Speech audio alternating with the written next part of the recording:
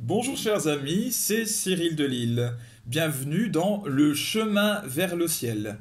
Numéro 3 aujourd'hui, le modèle du véritable amour. La charité, l'amour, c'est le plus grand commandement, c'est le plus grand signe de Dieu sur terre. Et ça, je pense que il n'y a pas vraiment de débat là-dessus. Même des ennemis de l'Église, même des ennemis du Christ sont capables de le reconnaître. Alors je lis l'hymne à la charité, c'est dans la Bible, c'est la première lettre aux Corinthiens, chapitre 13, donc versets 1 à 3.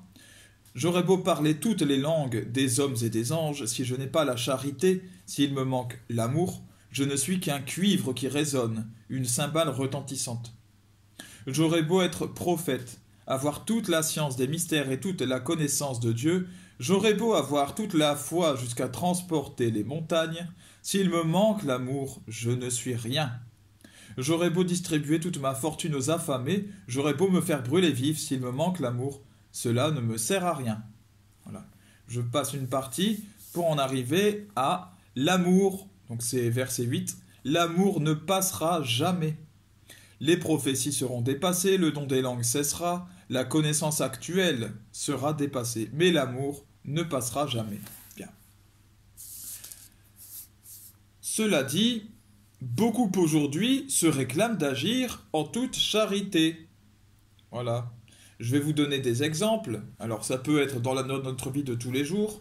Tout le monde trouve, à peu près tout le monde trouve, la justification de l'amour ou de la charité pour tout et n'importe quoi, y compris pour leurs mauvais actes.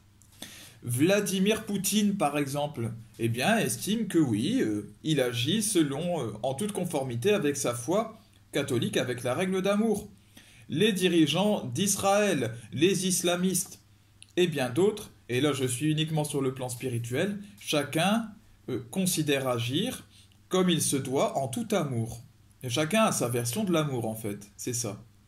Tous trouvent des subterfuges, des chemins de traverse, comme Vladimir Poutine dans sa récente interview avec un journaliste américain. Eh bien, ils trouvent ces chemins-là pour tenter de justifier leurs mauvais actes et prétendre qu'ils viennent bien de l'amour, malgré les apparences. Bon. Alors, cela sert à montrer que l'homme, ces excès que je cite, servent à montrer que l'être humain, vous, moi, et ces personnes que j'ai citées et tout le monde, ont besoin de modèles pour ne pas se perdre dans de fausses idées de l'amour. Voilà le problème. Parce que chacun, sinon, dit oui, oui, mais c'est de l'amour, bien entendu. Et le modèle de l'amour fait homme est Jésus-Christ. L'amour, comme il l'a dit, le plus grand amour, c'est de perdre sa vie pour ceux qu'on aime. Or, cette phrase, elle est utilisée par Vladimir Poutine, par exemple, pour justifier l'invasion de l'Ukraine et dire que donner sa vie pour l'armée russe, pour le pays, eh bien c'est beau, parce que c'est donner sa vie pour ceux qu'on aime. Sauf que, il est bien dit que l'on doit aimer tout le monde. Ça fait partie de la Bible. Aime ton prochain comme toi-même, même ton ennemi, aime-le. Alors, donner sa vie pour ceux qu'on aime, en fait, c'est donner sa vie pour l'homme, pour l'être humain. Alors, on ne peut pas aller faire la guerre en Ukraine, tuer des Ukrainiens qui n'ont rien fait, et puis enlever des enfants, comme le fait l'armée russe, en prétendant que c'est un acte d'amour. Voilà.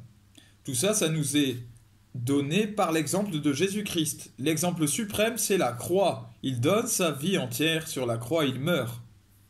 Il se laisse tuer, sans avoir une seule parole de malédiction, une seule parole méchante contre ceux qui lui ont fait cela. Au contraire, il demande à Dieu de leur pardonner leurs actes. L'amour selon Dieu n'existe pas aussi sans la vérité. Et ça, c'est un travers du monde actuel. C'est de croire que dès que l'on est critique, dès que l'on dénonce quelque chose, quelque part, dès que l'on dénonce une doctrine, beaucoup me disent par exemple que quand je dénonce des idées fausses de l'islam, eh bien, je ne suis pas dans l'amour. Ah.